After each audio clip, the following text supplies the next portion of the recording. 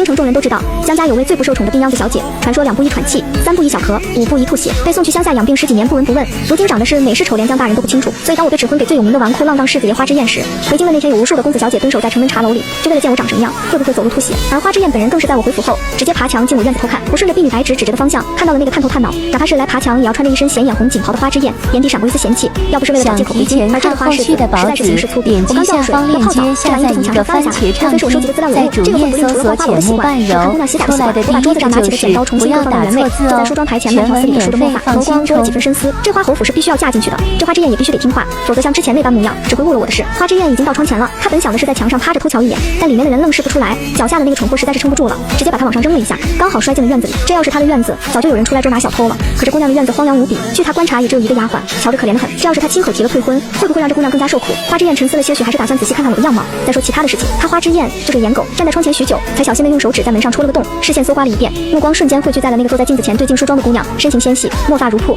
半点不输她在京城见到的美人的背影，尤其是那个腰身，也就她一掌的大小，纤细的惊人。花之燕低头试着张开自己的手掌，和屋里的那个背影比划了一下，不免多了几丝惊叹。这腰可真细，该不会是长这么大都没吃饱过吧？花之燕脑海里冒出来一个从小到大都没吃饱过，寄人篱下的小丫头形象，面黄肌瘦，很是可怜。直到屋里的我轻声咳了几下，才打断了她的全部思绪。似是因为身体不太好，一直轻咳着，维持不住身子，手半握住面前的屏风，半侧过身子，才勉强维持住不摔到地上。轻薄的衣衫瞬间滑落到臂弯处，完美到极致的侧颜展现在她眼前，好美。花之燕满脑子就只有这一个词的存在，这个未婚妻子的长相确实是在她的点上，尤其是那轻咳的2声，她的心也跟着猛地跳动起来。娇弱的美人，花之燕的手捂住自己胸口，还想再看一眼的时候，突然意识到了此举的唐突。是了，她应该在下次登门拜访才是，而不是像登徒子一样偷偷摸摸的进行偷窥。花之燕握紧了拳头，重重点了点头，这才转身打算原路返回。可这原路并不是那么好返回的，尤其是那高耸的院墙，没个人在下面垫着，她还真翻不过去。我走到门前，静静地看着那道正尝试着翻墙但一直往下滑的背影，这个蠢货该不会出不去了吧？我看着那个跳了许久也没动弹一下的背影，深深地叹了口气，这人还不如我。我为了保持瘦弱的身形，一直没怎么习武，只简单的学了一下防身术，对京城这个地方来说，已经勉强算是够用了。可哪怕只是学了些鸡毛蒜皮，也要比外面的那个厉害得多。在失败了10几次之后，花之燕总算是放弃了自己爬院墙，直接从地上捡了个石子，瞄准好位置，精准地砸了出去。外面传来一声轻呼，而后迅速捂住嘴没了声音。过了半会，墙上爬上来一个同样用玉冠束着发髻，穿着华服的男子。我目光微顿，他扔的那个石子的准头倒是不错，在墙上小心趴着的那个男子，应该就是之前收集的情报里那个和花世子关系极佳的连一伟了。狐朋狗友，臭味相投。连一伟小心地趴在墙上，尝试着能不能把花之燕给拉上来，结果拉了半天也没能让底下的废物往上爬一点，最后索性直接跳了下来，垫在下面，让花之燕踩着他上去，而后又自己哼哧哼哧地爬了上去。我倒是很清楚连家是将军世家，再怎么荒废学业，也不会完全荒废武术，就是混了些，调教一下也能勉强留用。确定人翻出去了，我才慢悠悠地开了门。本以为这2个家伙已经走了，倒是没想到刚一走出门，就听到了他们在墙外窃窃私语的声音。连一伟用胳膊肘倒了倒身旁的花之燕，刻意压低了声音：“哎，那个江家的姑娘长什么模样？可还好看？我方才走得太急了，早知道他们院子里连个小厮都没有，就过去看一眼了。”花之燕本不想说的，听到这话，直接抬手把他的头一把按了下去，凶巴巴地说道：“看什么看？那是我媳妇，又不是你媳妇，你看什么？痛痛痛！世子爷！”连一伟把自己的头从花之燕的手里给挪了出来，抬手揉着自己的脑袋，有些无语地吐槽道：“好歹也是哥们，问一句模样不过分吧？日后也是嫂子。”到底是嫂子这个词取悦了花之燕，花之燕的唇角微微扬起，带了丝得意地说道：“模样倒是好看2个字在嘴边转了个弯，一般其实有些好看，不过长得如此娇弱，怕是一用力那细腰就会被折断。”花之燕后面半句没说出来，眼睫微垂，想着刚才看到的那抹倩影，回过神，狠狠用胳膊肘捶向旁边这个肖想嫂子的家伙的肚子。你问这些干什么？他能和花楼的那群姑娘一样去随意讨论吗？废话真多！咔嚓一声，我面上依旧眉眼温顺，但手中握着的门栓已经直接断成了2半，模样一般。呵，花之燕从没想过，他一个京都最混的小霸王，就连皇子都得看在自己皇家脸面上，但他3分，居然有一天会被人套上麻袋，拳打脚踢，还是在他快回到王府的路上，就差个拐弯的距离，被人从后面套了个麻袋拽到了旁边的小巷子里。这边的巷子一直都没什么人，任凭他如何哀嚎都没法子吸引到其他的人来救他。他脑海里闪过了10几个对家的相貌，还是不太能猜到是谁在故意打他，毕竟平日里得罪的人不在少数，实在忍不住喊了一声：“有本事你就摘了麻袋再打我啊！”套着麻袋打算什么好汉？打他的那人似乎被他这句话给震慑到了，停了踢人的脚，然后一脚踩在了他的背上。花之燕脑子里的疑惑更深了些，这个脚似乎小了点，不太像是平日里玩闹的那些世家公子。见这人不再打他，反倒是留了空隙给他摘麻袋后，花之燕连忙把脑袋上套着的麻袋给摘了下去，扭过头看向那个踩着他的背的人，熟悉的眉眼轮廓，逆着月光，穿着一袭白裙，身上裹着厚厚的狐裘，漂亮的眸子似笑非笑地盯着他看。花之燕觉得自己似乎还没睡醒，他怎么见到了江家的那个病秧子，而且还这样冷着脸踩在他身上？花之燕翻了个身，想站起来，但是身上被打得疼得厉害，又跌坐回了地上，没忍住痛呼了一声，我的腿差点没踩稳，就要往某个特殊的地方落去了，硬生生地控制住了腿，往后撤了一步，给他足够的缓冲时间。我原本想着是否应当在花世子面前维持着男人都喜欢的模样，娇弱又惹人怜惜，但仔细想了想，我并不需要得到花之燕的喜爱，我只需要让花之燕害怕我，敬畏我，服从我，按照我的指示去做她该做的事情。既如此，装乖卖可怜完全是下策，直接让她心理上产生恐慌才是上策。我对着花之燕极其和善地勾起了唇角，柔声说道：“花世子，小女江婉月，第一次见面，有些失礼，烦请见谅。”口中虽是礼貌万分，可花之燕在我薄凉的眼里没看到半丝的礼貌，尤其是江婉月3字一出，她心里的那道在高墙上的倩影也有些摇摇欲坠。你是说，她那个娇弱美丽的未婚妻子打了她一顿？花之燕盯着我有些不敢相信，又联想到刚刚我那只脚未落下的那个落点时，心里的惊恐到达了顶峰。她这是不想要和他成婚吗？她也不是非要成这个婚不可。毕竟美人虽美，可无福享用。他不想用这个美人便是。你若是不想要这门亲事，我明日就去求皇叔，把这门亲事作废。看到我擦着剑的手停顿下来，那打开了封的剑在月光下反射出一道荧光，口中的话不由得加快了几分。不是明日，今夜，就今夜，连夜进宫求皇上撤回这门亲事。谁说要撤了这门亲事了？花之燕两只手撑在地上，不可置信地看着面前的我，迷茫地眨眨眼睛。啊，不撤吗？他的声音都在颤抖，实在没忍住问道。不撤的话，那你来打我做什么？还是这种像揍仇家一样的揍法？我轻笑着看向他，半蹲下身子，将他脸上的发丝往耳后捋去。花世子，我的模样一般。花之燕下意识地按照我的话看向我的那张脸，虽是白色苍白，自带一丝病态，但这种病弱感结合我那张精致的脸，很容易给人一种极大的冲击。他看着我，眼神都迷离了一瞬，呆愣地盯着我看了好半天，吞咽了下口水，小声地呢喃道：“好看，好看到。”他甚至都忘了这人刚刚才残忍无比地揍了他一顿，但是身体的疼痛很快就让他那个脑子清醒过来，当即放大了声音叫嚷道：“本世子告诉你，你的行为已经足够本世子把你告上衙门了。识相的话，你就快些跪下求饶，本世子还能给你留个好名声。毕竟一个姑娘家，这样打入结亲的夫婿，怕是得被千人指。”我听到他的这段话，只觉得好笑，没忍住轻笑了声，抬眸落在他身上：“世子爷，您这话说出去，有谁会信呢？”声音带了丝尾音，慵懒至极。花之燕听着，脸颊染上一抹红晕，但很快又恢复过来，脸色难看了几分。自己怎么这么没出息？嘴巴愣是张了又张，没说出什么反驳的话来，只呆滞着看着面前的我。这么好看的一张脸，怎么能干出这么难以言述的事情？我冰凉的指尖划过他的脸颊，落在他乱七八糟的衣领之上，极其好脾气地将他的衣领整理了一遍。世子殿下，这婚事必定是消不了的，但你若是乖乖听话，婚后还能给您那几房美娇娘。可若是不听话的话，花世子，您可能只能每日都在书房中度过了。将我满意的轻拍了下花之燕身上的灰，往后撤了一步，唇角含笑，安分些，还能给自己留住些许的体面。花之燕只感觉到鼻尖的香气随着我的后退渐渐散去，大脑的神智也回笼过来，有些不敢相信地说道：“你要给我纳妾？”这人就抓住了这一个没用的词。花之燕简直不敢相信，不是，他就这么没有魅力的吗？还要给他纳妾？他就这么不喜欢他？一直到面前的人都消失了许久，花之燕也没能注意到，脑海里全是这3句话：有哪家未过门的好姑娘还没进门前就说给夫君纳妾的啊？好歹也得有些占有欲吧。一直到见他许久没回来的小厮提着灯赶在宵禁前找了过来，他的理智才慢慢回归。小厮早就习惯了世子爷整宿不归的事情，只是完成每日任务会在宵禁前逛一下，没成想这次居然在府门口不远的位置就看到了世子爷坐在地上失魂落魄的样子。世子爷，您怎么在街上坐着？可是摔到了哪里？花之燕被小厮搀扶着站了起来，目光坚定地看向花侯府的方向，语气更是坚定：我要去找爹爹取消这门亲事。这种暴力的女人坚决不能娶进府中，不然还能有安生日子在。原本他接手这门亲事就是听说了这江家女娇弱貌美，是个良配。他仔细想了想，觉得若是真如他们所说是个美人，那和他的外貌还是很相配的。于是今天去偷看了他一下，觉得确实是个美人，就更同意这门婚事了。可今天晚上就被街头暴揍了一顿，要是真娶回家，那他岂不是天天都要被打？不行不行，万万不可！这门婚事他绝不同意，他得去找爹爹取消了这门婚事。爹爹要是不同意，他就去找娘亲闹；要是还不同意，他就进宫闹，必定要把这门亲事给搅黄了不可。花之燕目光坚定，急切地走在最前面，边走边轻声嘶了一口气，捂住自己的后腰。这人踢得也太狠了些。小厮站在原地不敢相信地看向自家公子的背影，他方才是不是听到什么莫名其妙的话语？未来世子妃不是那个江家的小姐吗？听说身子病弱且性子软弱，待人很是亲和。他们这群世子爷院里的丫鬟小厮都刻意去江府打听了一下，全是夸赞的话语，哪里有什么暴力的言语？那个江家小姐连正常走路都很是费劲，怎么可能暴力？世子爷这怕是又要闹腾了。花侯也听到自己儿子要取消婚事的事情，气了个半死，声音大的整个院子里都听得清清楚楚。胡闹！这黄纸黑字的写着赐婚的事情，怎么可能说不娶就不娶了？平日里你胡来就算了，连这婚姻大事你也这般胡闹，还有你就只知道纵容着他，这都养成什么性子了？整个府里的人都知道，花世子又惹怒侯爷了。花侯夫人起身护住自己儿子，有些无奈，但还是说道：“老爷，虽然之燕性子确实不好，但这种大事他一向很听话的。这婚事开始他就没拒绝过，这次突然说要取消婚事，应当是发生了什么事情。”花侯也深吸一口气，平复好心情，坐在了位置上。行，我倒要看看你能给出什么奇葩的理由。花之燕委屈地看着面前的爹爹，大声说道：“那个江婉月今日晚上在儿子回家的途中套了麻袋，狠狠地揍了我一顿。那种凶巴巴的女人谁敢娶回家啊？套麻袋，揍一顿，凶巴巴，这些词一出口，就连一直护在他身前的侯夫人都往旁边退了一步，一脸难以描述地看向他。你是说那个还在府里养病的小姑娘打了你？”这话说出口，就连门口站着的丫鬟都没忍住看向了屋内。呵，花侯爷被气笑了，一时之间甚至有些说不出话来，手搁在太阳穴上面揉了揉，闭上眼睛，稍微缓了一些，这才开口说道：“那个小丫头，第一天进京的时候就咳血，躺在床上几天都下不来床。你说她出了门揍你？”花之燕，你说这话出口的时候动过脑子没有？虽然江家对待嫡女这个事情上面一直藏着掖着，不让人知道情况，但他早就安排人去了解过情况了。这小姑娘可怜得很，那个姓江的还在藏着掖着，不让人知道江婉月的身体情况，生怕侯府要娶那个叫明珠的丫头。可笑，一个生父不详的丫头，姓江的那个老家伙当宝贝看待，他可瞧不上眼。要真是把那个江明珠送过来，他怕是会直接闯进宫，让皇上收回成命。我这样的好姑娘娶回侯府，简直是他们侯府莫大的福气。再加上花之燕的这个性子，想娶一个我这样好性子又身家干净的嫡女回来，简直是难上加难。而现在这个福气在被花之燕努力往外踢。花侯爷深吸一口气，只觉得脑仁疼。花之燕生气地瞪着爹爹，我被他打了一顿，还把他娶回府，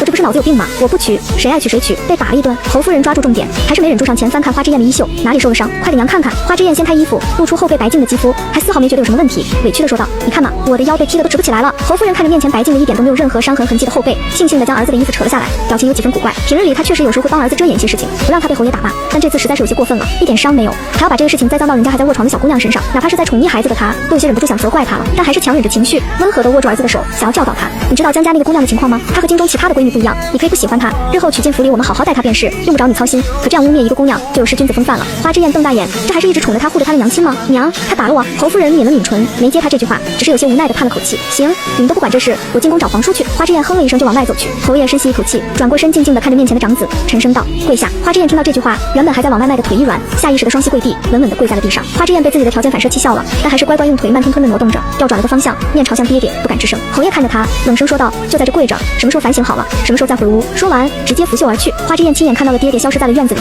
拽着娘亲的衣袖摇了摇：“娘，你看看爹。”侯夫人一言难尽的看着他，轻声说道：“等会儿你悄悄回去便是，可别再提退婚的事情了。”花之燕，等等，没爱了吗？他不是娘最宠的儿子吗？真就这样走了？花之燕是趁着夜色离开的。虽然爹娘都说着不让他退亲，但他们越反对，他就越要干，哪怕是顶着腰伤，他也要在一大早上就进宫，必定要在明日一大早上第一时间见到皇上，退了这门婚事。那个江婉月在离开的时候还敢威胁他，可当他花之燕是被吓大的吗？皇上一大清早听到了太监的通报的时候，就知道发生了什么事情。昨个晚上就听说了，花世子在家里闹着非要取消这门婚事，不愿意娶那个江家姑娘。花侯大怒，直接让他跪着反省。结果倒好，一大早上就进宫来烦他了。皇上眉眼倒是没有半分不耐，有些好笑的让太监把花之燕给带进来。这个花之燕他倒很是喜欢。初登皇位之时，他还在担心花侯军权过重，恐会推翻朝堂自立门户。但自从有了这个花之燕后，整个事情都朝着他想看到的方向进展。这个花之燕来的时机刚刚好，无论花家是装出来的还是真是如此，他只想看到自己想看到的，演都得给他演好了。但这花之燕吧，他瞧着不太像演的。皇叔还没进到屋里，就听到了花之燕的大嗓门在喊他。皇上眉眼温和了些许，轻笑着看向大咧咧的走进御书房的花之燕，怎么这么一大早上就进了宫？平日里这个时间，你怕是还在哪个温柔乡里歇息着吧？皇叔，花之燕直接跪在了地上，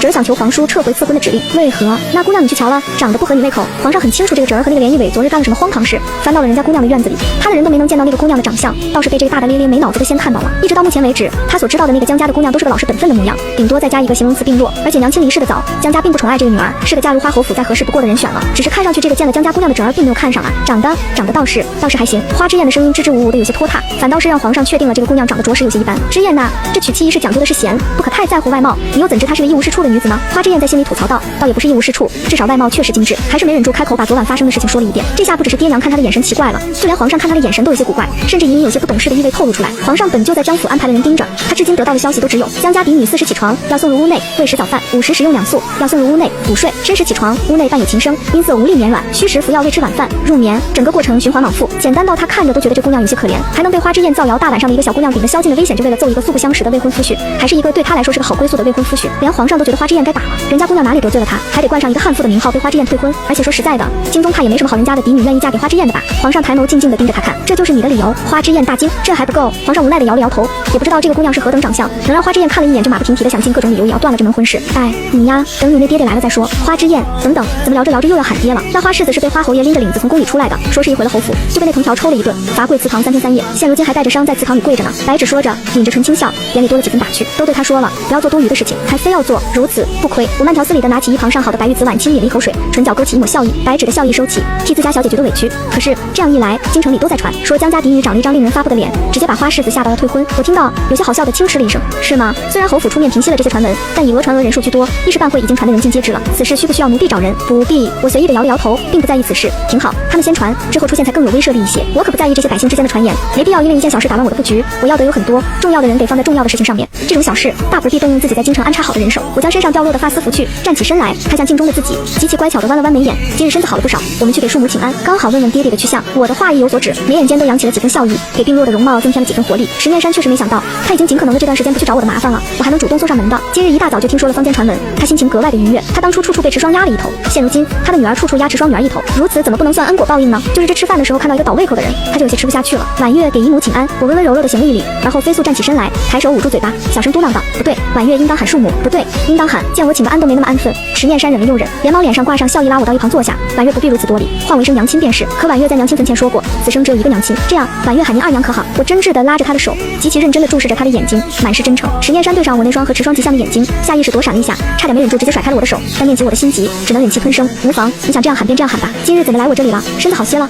已经好了不少了。今日感觉能下床了，便急着来给二娘请安了。这段时日二娘照顾婉月辛苦了，婉月是不是来的不是时候？二娘这是在用餐吗？我的目光聚焦在桌上，又来回看了一眼，爹爹今儿个怎么不陪二娘用膳？婉月听丫鬟说，之前爹爹无论多忙都要陪二娘用膳的呀。石面山本就被我一口一个二娘叫的头疼，又听到了这段时间最头疼的一件事情，脸上的笑彻底维持不住了，直接拉了下来，深吸了几口气，都没把心里的怒火抒发出来，压抑了几天的情绪，此时有些更加压抑了。这么多年来，他都觉得自己把老爷拿捏地极好，府中一个妾室都没没有，只宠他一人。哪怕那些夫人在瞧不上他二家的身份，也会羡慕他受宠爱这个事情。但他确实没想到老爷居然会在外面救了个姑娘，还像安置外室那样刻意安置了一个郊外的房子。要不是知道这女人刚没了夫君，他还以为是什么勾栏里被赎身出来的。如今他的人已经去查这女人的身世了，等他查出来些东西出来，再把这事给捅出来。现如今老爷正在兴头上，自然不能这个时候去闹。石念山脸色极其难看，深吸了好几口气，才把心底这股怒意给按压了下去，对着我轻笑了一下。你爹爹近些日子有些忙碌，于是安排人提前回来说了声你可吃了午饭，不若留下来一同食用。他可是知道的，我的院子里的餐食一丝肉腥都没有，每日厨房就送去2盘素食。这丫头也是个蠢的，完全不和老爷抱怨，他也就默认让厨房一直这样去做了。我目光扫过餐桌上那些油腻的餐食，不动声色地用帕子遮掩住鼻息，垂眸温顺道：不必了，二娘，婉月在小院已经吃过了，但二娘素日饮食还是清淡些好，尤其是养颜的药膳，婉月之前在谷里就一直有食用药膳，效果很好，二娘可以尝试一下。我的声音柔美又清甜，虽伴随着咳嗽声，但说话极其真挚，一副全然为了他好的模样。若是之前石念山也只会觉得我这话是在嘲讽他，而且也不会当回事。可现在老爷在外面的宅子里养了个20岁出头的姑娘，这一对比，便更清晰地认知到了人老色衰一词。他当然不可能问我要什么药膳的方子，他避之不及。等我走了，他再让丫鬟去找医师写几个药膳的方子，尝试一下。我清楚石念山并不待见我，不过今日的任务已经完成了，也在他面前刷了脸，说自己的身子已然好转，几日后的元宵宴必定是要带上我的。这些事都完成后，也就没必要再留下来膈应他了。石念山和姜丽所找到的有关西郊小院里那位寡妇的身世，全是我想让他们知道的。一个完全虚假的，刚好能戳中姜丽性癖的女人，我只觉得自己真是心善，知道爹爹喜好特殊，只喜欢别人的媳妇，但现在人老了，又舍不下自己的脸皮，自己还专门为他设计了寡妇这个身份。不过这女人确实有寡妇的称号，但却不是真的寡妇，一直在江南那片专门骗取富商的钱财，被那片的人称作黑寡妇。我为了找她可费了不少的精力，所以见得我有多爱这个爹爹呢。不过爹爹守了半辈子的资产，极大概率要被骗得精光。按照我和黑寡妇谈好的分成来看，我至少能拿到江家1半的资产，挺好。我满意的看向身旁的楼阁，这些东西未来都会进我的私库，而这些石念山和姜丽都不会知晓。我轻轻的整理发丝，完全没注意到直接和拐弯的丫鬟撞了个正着。丫鬟看到自己撞到了人，还没反应过来，就注意到面前的这个衣衫布料不凡，连忙往后撤了一步，跪在地上。奴婢方才跑神了，无意冲撞大小姐，还请大小姐恕罪。我轻靠在白纸身上，用手按着胸口喘了好几下，才缓了过来，极其温和的看着面前的丫鬟，是江明珠的丫鬟。这条路又是专门通往我院子正门的。我原本想着再去江明珠那边气一气她，没想到江明珠倒是先对我出手了，刚好也就省事了。我目光扫过地上滚落的一整盘糕点，我不觉得江明珠会那么好心给我送糕点，想来这糕点里应当是下了什么东西。而现如今江明珠还想着让我嫁入花侯府，定然不会是危害身体的事情。结合今日京中的传言，应当是想要让那些说我丑陋的传言落实下来。江明珠确实不如她那个娘，睚眦必报的性子却没配上一个聪明的脑子。想到这里，我轻笑着看向面前的丫鬟，缓声道：无碍，你先起来。只是这糕点似乎出了点问题。丫鬟念春脸色一瞬间变得苍白，她家小姐的性子是整个江府里最恶劣的。虽然她是一等丫鬟，但这个事情办砸了，等着她的只有热水和滴蜡了。我瞧着你似乎是要去我的小院，可是明珠表妹给我送的糕点。我目光温和，没半点不耐，站直了身子之后，甚至还让自己的丫鬟过去帮忙把她给扶了起来。念春害怕的被搀扶起来后，发现没得到任何的呵斥声，只有如沐春风温和的声音。抬眸对上大小姐那张精致的脸后，自己的脸颊有些忍不住的微微泛红，但自己毕竟做错了事情，眼眶的泪珠有些忍不住在眼眶里打转。我们小姐让奴婢将这份从五味楼采购回来的糕点拿给大小姐尝尝，说大小姐一直没有在京中逛过，怕是完全不知有些糕点在乡下的地方是吃不到的。这话里带着的嘲讽，我一听就懂，只是觉得有些好笑。目光扫过地上的那堆糕点，我眉眼微垂，